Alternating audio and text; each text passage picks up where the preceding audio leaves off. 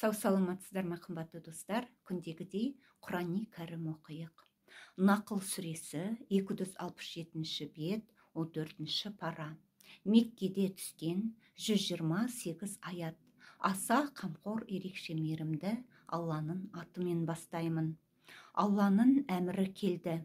Сондықтан оның тез келуін тілемеңдер. Алла олардың қосқан шеріктерінен пәк де жоғары. Алла періштелерді өз әмірлерінен бір рухпенен, уахименен құлдарынан қалағанына, рас менен басқа ешбір тәңір жоқ, әрі менен қорқыңдар деп ескертіңдер. Делінген түрде түсірді. Ол көктерді және жерді шындықпенен жаратты. Олардың қосқан шеріктерінен жоғары. Адам баласы бір тамшы судан жаратты. Адам баласын бір тамшы судан жаратты.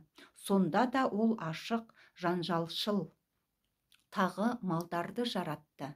Малдар да сендерді жылытатын және басқа пайдалы заттар бар.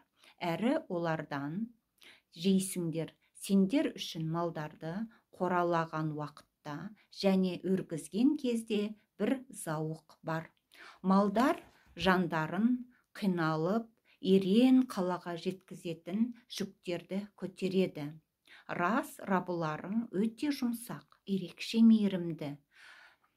Алла сендерге су арқылы егін, зәйтін, құрма ағаштары, жүзімдер және бүкіл өсімдіктерді өсірді.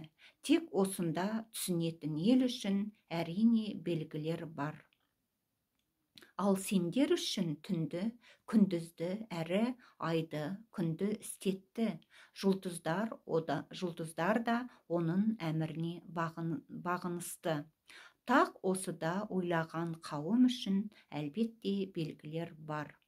Алланың ризық іздеулерін үшін кеменің суды, Алладан ризық іздеулерің үшін кеменің суды жарып бара жатқанын көресің. Әрине шүкіршілік етерсіңдер. Сау саламатта болыңыздар.